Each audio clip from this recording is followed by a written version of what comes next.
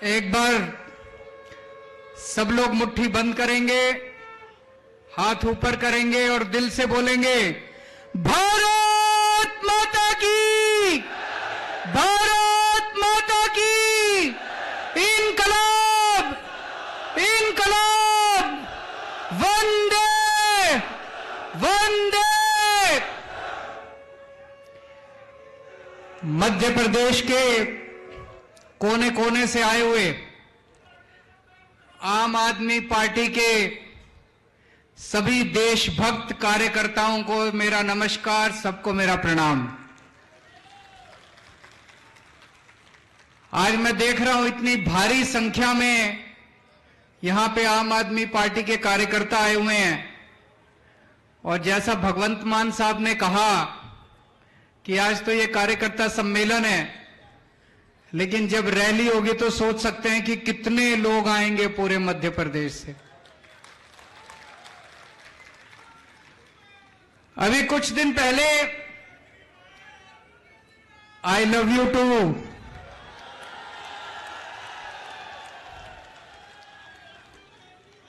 बहुत बहुत शुक्रिया।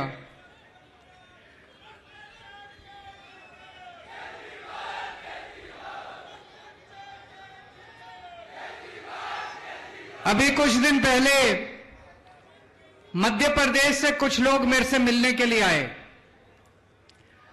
उनसे मैं बातचीत करने लगा। मैंने उनसे पूछा, मध्य प्रदेश की सबसे बड़ी समस्या क्या है? तो कोई बोला जी भ्रष्टाचार, कोई बोला बेरोजगारी,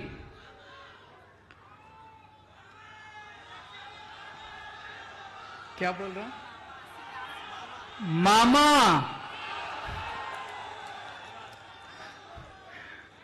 उस पे आ रहा हूं मैं, अभी उस पे भी आ रहा हूं। लोग कह रहे हैं कि मामा सबसे बड़ी समस्या है। तो कोई बोला भ्रष्टाचार, कोई बोला बेरोजगारी, कोई बोला महंगाई, कोई बोला किसानों की समस्या। एक उनमें आदमी बोला, कहता है सरकार सर जी, हमारे मध्य प्रदेश में सरकारें बेची जाती हैं और सरकारें खरीदी जाती हैं, यह सबसे बड़ी समस्या है। कहता है आज हर मध्य प्रदेश का नागरिक, हर व्यक्ति अपने आप को बेबस महसूस कर रहा है। बोला जैसे ही चुनाव खत्म हो जाते हैं, एक पार्टी अपनी रेडी लेके निकलती है, एमएलए ले लो, एमएलए ले लो, एमएलए, एक एमएलए के इतने 10 पे डिस्काउंट मिलेगा, पूरी सरकार गिरानी है तो इतने, और एक पार्टी खरीदने के लिए तैयार बैठी है। बाजार बना दिया इन्होंने पूरी की पूरी व्यवस्था को, बाजार बना दिया इन लोगों ने पूरे संविधान को, बाजार बना दिया इन लोगों ने भारतीय लोकतंत्र को। जहां पे खुलेआम एमएलए बिकते हैं, खुलेआम एमएलए खरीदे जाते हैं। आज मध्य प्रदेश का एक एक नागरिक मामा को हटाना चाहता है। पिछली बार भी हटा दिया था, लेकिन बस नहीं चलता। इसको वोट दो या इसको वोट दो, सरकार तो बीजेपी की बनेगी। एक बेचारा मध्य प्रदेश वाला कहां जाए? बेबस हो गया है मध्य प्रदेश का एक एक वोटर, बेबस हो गया है मध्य प्रदेश का एक एक आदमी। कैसे बदले इस सरकार को समझ में नहीं आ रहा लोगों को। चाहे कांग्रेस को वोट दो, चाहे बीजेपी को वोट दो, सरकार तो मामा की बनेगी, सरकार तो बीजेपी की बनेगी। इस बार चलेगी झाड़ू। अब नहीं होगा, अब नहीं होगा, अब इनका खेल खत्म। अब एमएलए बेचने और खरीदने का काम खत्म। अब आम आदमी पार्टी मध्य प्रदेश के अंदर आ गई है। जो लोग इस बार मामा को हटाना चाहते हैं, सब लोग झाड़ू पे वोट दे देना, झाड़ू का बटन दबा देना। पूरा मध्य प्रदेश बदलाव चाहता है। पूरा मध्य प्रदेश बदलाव चाहता है, चेंज चाहता है, परिवर्तन चाहता है, लेकिन बेबस थे, मजबूरी थी, कर नहीं सकते थे। अब आपको एक विकल्प मिल गया, ईमानदार पार्टी मिल गई।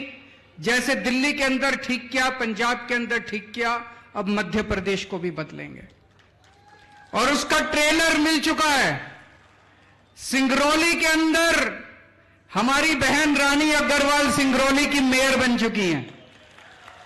आम आदमी पार्टी की एंट्री हो चुकी है, मध्य प्रदेश के अंदर एंट्री हो चुकी है, और आने वाले विधानसभा चुनाव के अंदर पूरी की पूरी फिल्म दिखाई जाएगी। आजादी के बाद से लेके आज तक 45 साल कांग्रेस की सरकार रही। 45 साल कांग्रेस ने राज किया, 20 साल बीजेपी ने राज किया। आपने मौका देने में तो कोई कसर नहीं छोड़ी। अब ये बीजेपी कांग्रेस वाले ये नहीं कह सकते भाई हमको मौका नहीं दिया था।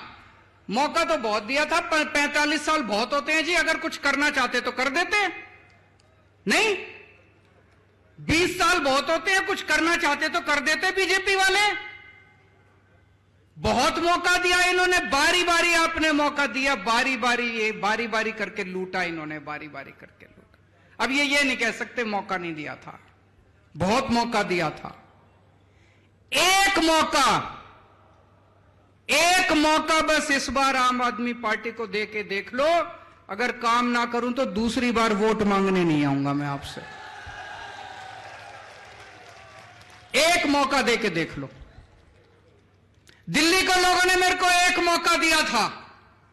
एक बार अन्ना आंदोलन हुआ, रामलीला मैदान से निकले हम लोगों ने देखा यार ये लड़के तो ईमानदार हैं, कट्टर ईमानदार हैं, देशभक्त हैं। लोग कहते थे केजरीवाल जिद्दी बहुत है, जिद्दी है। भ्रष्टाचार मुक्त भारत मेरी जिद है। दिल्ली के लोगों ने देखा और दिल्ली के लोगों ने एक मौका दिया था मेरे को, छोटा सा मौका। 49 दिन की सरकार दी थी लोगों ने। दिल्ली के लोगों ने मेरे को बस 49 दिन का मौका दिया था। इतना प्यार हो गया दिल्ली के लोगों को मेरे से, इतना प्यार हो गया, अगली बार 67 सीट दे दी 70 में से। बीजेपी को 3 सीट दी, कांग्रेस को 0 सीट दी, आम आदमी पार्टी को 70 में से 67 सीट दे दी। अगले 5 साल और इतना अच्छा काम किया, और इतना अच्छा काम किया, 70 में से 62 सीट दे दी तीसरी बार हम लोगों को। दिल्ली के हमारे काम की बात पंजाब पहुंची तो पंजाब में लोगों ने 117 में से 92 सीट दे दी, 92 सीट। दिल्ली के अंदर हमने सबकी बिजली मुफ्त कर दी, पंजाब के अंदर हमने सबकी बिजली मुफ्त कर दी। मध्य प्रदेश एक मौका देके देखो, आपकी भी बिजली मुफ्त कर देंगे। दिल्ली के अंदर हमने शानदार सरकारी स्कूल बना दिए, गरीबों के बच्चों को शानदार शिक्षा मिल रही है। कभी सोच नहीं सकते थे, सरकारी स्कूल तो टेंट में चलते हैं, सरकारी स्कूल तो टूटे फूटे होते हैं, मास्टर आता नहीं है, बच्चे पढ़ते नहीं हैं, गरीब लोग मजबूरी में अपने बच्चों को सरकारी स्कूल में भेजते हैं। सब बदल दिया दिल्ली के अंदर। क्रांति आ रही है सरकारी स्कूलों में दिल्ली में। वो क्रांति अब पंजाब में शुरू हो गई। मान साहब शानदार काम कर रहे हैं, सरकारी स्कूलों का कायाकल्प कर रहे हैं।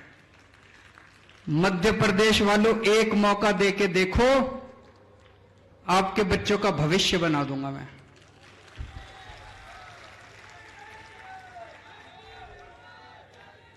दिल्ली के अंदर गली गली में मोहल्ला क्लिनिक खोल दिए हमने, सारे सरकारी अस्पताल एयर कंडीशनड बना दिए, सबका इलाज मुफ्त कर दिया दिल्ली में। अमीर हो चाहे गरीब हो, चाहे 5 रुपए की क्रोसिन लेनी हो, टेबलेट लेनी हो, या 5 लाख रुपए 50 लाख रुपए का ऑपरेशन, सब कुछ मुफ्त है। भगवान ना करे आपके घर कोई बीमार हो, लेकिन अगर बीमार हो जाए दिल्ली में कोई, तो चिंता करने की जरूरत नहीं है। आम आदमी पार्टी की सरकार है, सारा खर्चा, सारी दवाइयां, सारे टेस्ट, सारा ऑपरेशन सब मुफ्त होता है। दिल्ली में कर दिया। मान साहब ने अब 500 मोहल्ला क्लिनिक, अभी 1 साल भी नहीं हुआ, दिल्ली में मेरे को 500 मोहल्ला क्लिनिक बनाने में 5 साल लग गए। भगवंत मान ने 1 साल में 500 क्लिनिक, मेरा भी रिकॉर्ड तोड़ दिया। मध्य प्रदेश वालों, एक मौका देके देख लो, आपका सबका इलाज मुफ्त कर दूंगा। सारे मध्य प्रदेश के लोगों का शानदार मोहल्ला क्लिनिक बनाएंगे, शानदार अस्पताल बनाएंगे, सबका इलाज मुफ्त कर देंगे, चिंता करने की कोई जरूरत नहीं है। पंजाब के अंदर अभी कई फसलों पे इन्होंने एमएसपी देना चालू कर दिया। एमएसपी का आंदोलन छेड़ा था ना अभी किसानों ने, भाई एमएसपी दो, एमएसपी दो।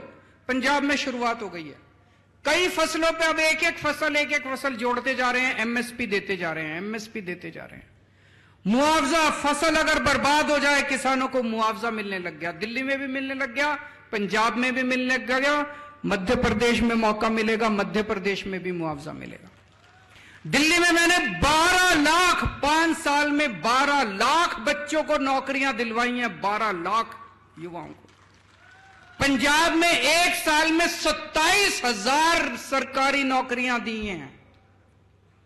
और मैं अभी हमारे पंकज सिंह जी से बात कर रहा था, ये बता रहे थे कि कई सारे बेरोजगार अपना धरना लेके आंदोलन करने के लिए जब यहां आए तो उनके ऊपर पुलिस ने डंडे बरसा दिए।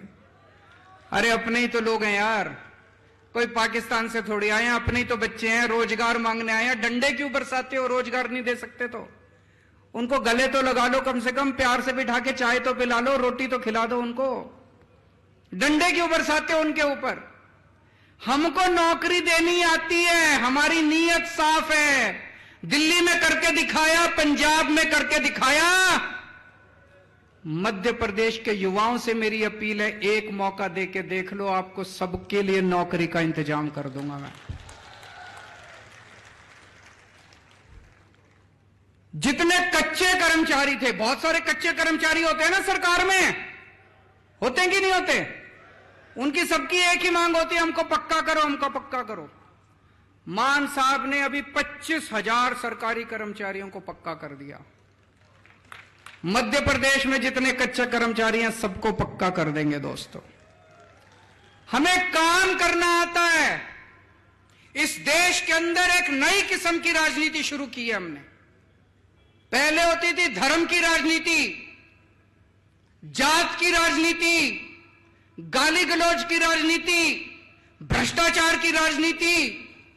अब हमने शुरू की है काम की राजनीति।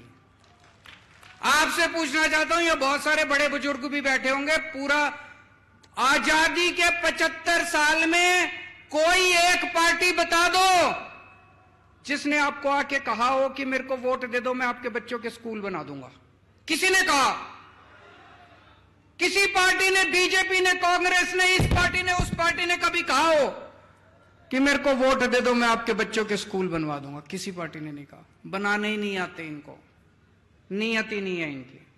किसी पार्टी ने कहा हो कि हमारे को वोट दे दो, हम आपके परिवार के लिए अस्पताल बना देंगे, आपके लिए बिजली का इंतजाम? किसी पार्टी ने नहीं कहा। करना ही नहीं आता, नीयत ही नहीं है इनकी।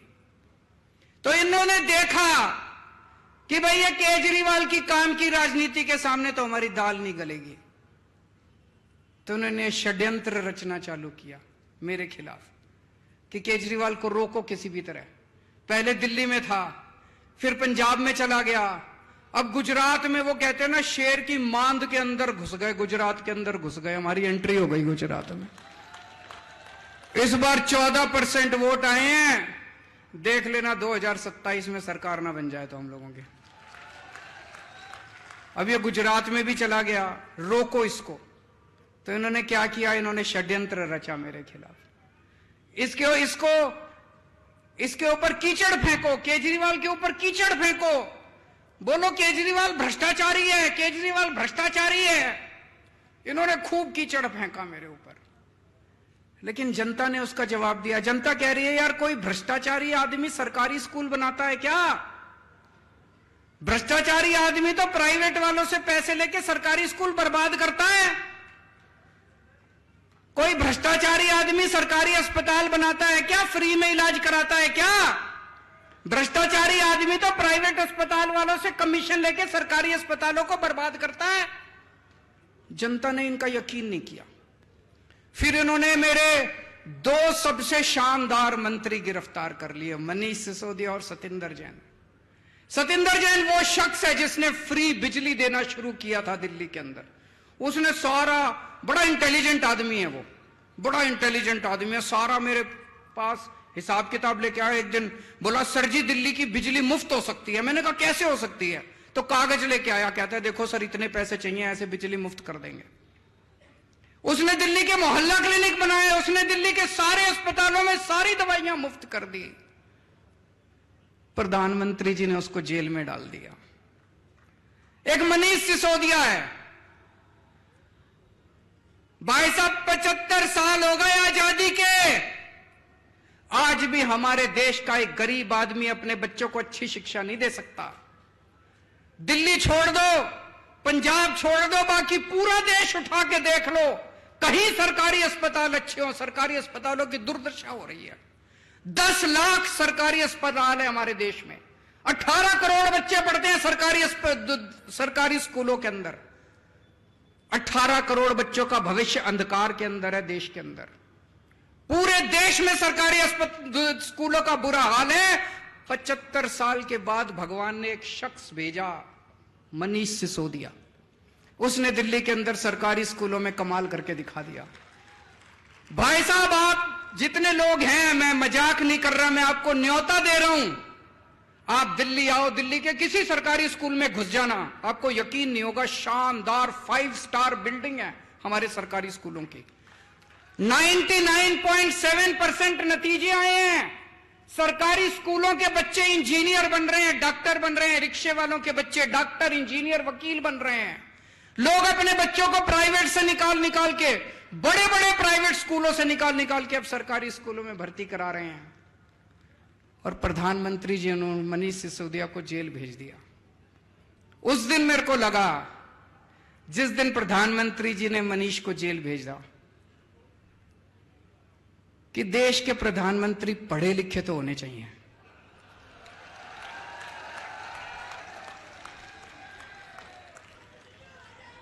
होने चाहिए कि नहीं होने चाहिए? अगर देश के प्रधानमंत्री पढ़े लिखे होते तो उनको शिक्षा का महत्व पता होता कि शिक्षा कितनी जरूरी है देश के विकास के लिए। अगर देश के प्रधानमंत्री देशभक्त होते तो वो ये नहीं सोचते कि मनीष सिसोदिया आम आदमी पार्टी का है कि फलानी पार्टी का है कि ढिमकी पार्टी का है। वो मनीष सिसोदिया जैसे शख्स को देश का शिक्षा मंत्री बना देते और कहते थे जा मनीष सिसोदिया 10 लाख स्कूल ठीक कर दे अब तुम। पर हमारे प्रधानमंत्री जी ने क्या किया? ऐसे शख्स को उठा के जेल में डाल दिया। उस दिन मुझे लगा कि देश के प्रधानमंत्री पढ़े लिखे होने चाहिए। और भी बहुत जरूरी है प्रधानमंत्री को पढ़े लिखे होना। अगर कम पढ़ा लिखा प्रधानमंत्री होगा, कोई भी आके उनको बेवकूफ बना देगा। कोई आके बोलेगा सर आप नोटबंदी कर दो, भ्रष्टाचार खत्म हो जाएगा। अब अगर कम पढ़े लिखे प्रधानमंत्री, उनको समझ ही नहीं है, वो नोटबंदी कर दी उन्होंने, भ्रष्टाचार खत्म हुआ, वैसा का वैसा है, समझ ही नहीं। पढ़े लिखे प्रधानमंत्री होंगे, उनको अर्थशास्त्र की जानकारी होगी, विज्ञान की जानकारी होगी, टेक्नोलॉजी की जानकारी होगी, साइंस की जानकारी होगी। कम पढ़े लिखे प्रधानमंत्री होंगे, कोई भी बेवकूफ बना के चला जाएगा। कोई आगे बोलेगा प्रधानमंत्री जी नोटबंदी कर दो, आतंकवाद खत्म हो जाएगा। हुआ आतंकवाद खत्म? लाइनों में लगा दिया, पूरे देश में धंधे बंद हो गए, चौपट हो गया पूरा देश। इतनी बेरोजगारी हो गई, लोगों के धंधे बंद हो गए, लाइनों में लोग मर गए। ना भ्रष्टाचार खत्म हुआ, ना आतंकवाद खत्म हुआ। कम पढ़े लिखे प्रधानमंत्री होंगे, कोई आके कहेगा प्रधानमंत्री जी सबसे थाली बजवाओ, जो तरंगे निकलेंगी उससे कोरोना भाग जाएगा। पूरे देश से थाली बजवा दी, चम्मच थाली, सारा देश। बोले प्रधानमंत्री कह रहे हैं तो होगा ही कुछ, भागा कोरोना। इसीलिए मैं कह रहा हूं देश के प्रधानमंत्री को पढ़े लिखे होना बहुत जरूरी है। आज यहां पे मध्य प्रदेश में इतना भ्रष्टाचार है, व्यापम घोटाला, मुझे लगता है आजाद भारत का सबसे बड़ा घोटाला होगा। कोई कह रहा 8,000 करोड़ का, कोई कह रहा 10,000 करोड़ का। 45 से ज्यादा लोग मर गए। प्रधानमंत्री जी ने किसी को जेल नहीं भेजा। क्यों? अपने थे सारे, अपने थे सारे। प्रधानमंत्री जी को मनीष सिसोदिया को जेल भेज दिया, व्यापम घोटाला दिखाई नहीं दिया। कोई मेरे को कह रहा था यहां पे एक WCD, women and child department, उसमें 100 करोड़ का घोटाला हो गया। मामा जी उसके मंत्री हैं, उसमें फर्जी आंगनवाड़ी, फर्जी लाभार्थी, सारा फर्जीवाड़ा। 2200 करोड़ का कटनी हवाला। मेरे को आज मैं आ रहा था, कई सारी लिस्ट देके गए हैं लोग, इतने घोटाले, इतने घोटाले। किसी को जेल नहीं भेजते प्रधानमंत्री जी, किसी को जेल नहीं भेजते। पुरानी पिक्चरों में देखा होगा आपने, पुरानी पिक्चरों में क्या होता था? एक विलेन होता था, एक गुंडा होता था, एक ईमानदार इंस्पेक्टर होता था।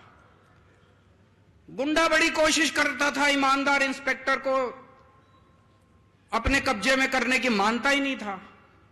फिर वो इंस्पेक्टर को बुलाता था गुंडा, टेबल पे रखता था एक तरफ नोट और एक तरफ बंदूक। इंस्पेक्टर को कहता था या तो नोट ले ले और या बंदूक से तेरी गोली मार के हत्या कर दूंगा। होता था ना पिक्चरों में। यही बीजेपी ने कर रखा है। वो सारे देश के सारे ऑपोजिशन वाले नेताओं को कह रहे हैं या तो बीजेपी में आ जाओ, भ्रष्टाचार करो, खूब करो। हम रोक नहीं रहे, बीजेपी ये नहीं कहती भ्रष्टाचार मत करो, बीजेपी में आके करो। बोले हमारे घर में आके करो, भ्रष्टाचार करो, खूब खुल के करो, कोई रोकने वाला नहीं है। कोई CBI नहीं, कोई ED नहीं, कोई इनकम टैक्स नहीं, कोई पुलिस नहीं, कुछ नहीं, कोई एंटी करप्शन नहीं, कोई विजिलेंस नहीं। भ्रष्टाचार करो, मोदी जी की पार्टी में आके करो, बाहर नहीं करना।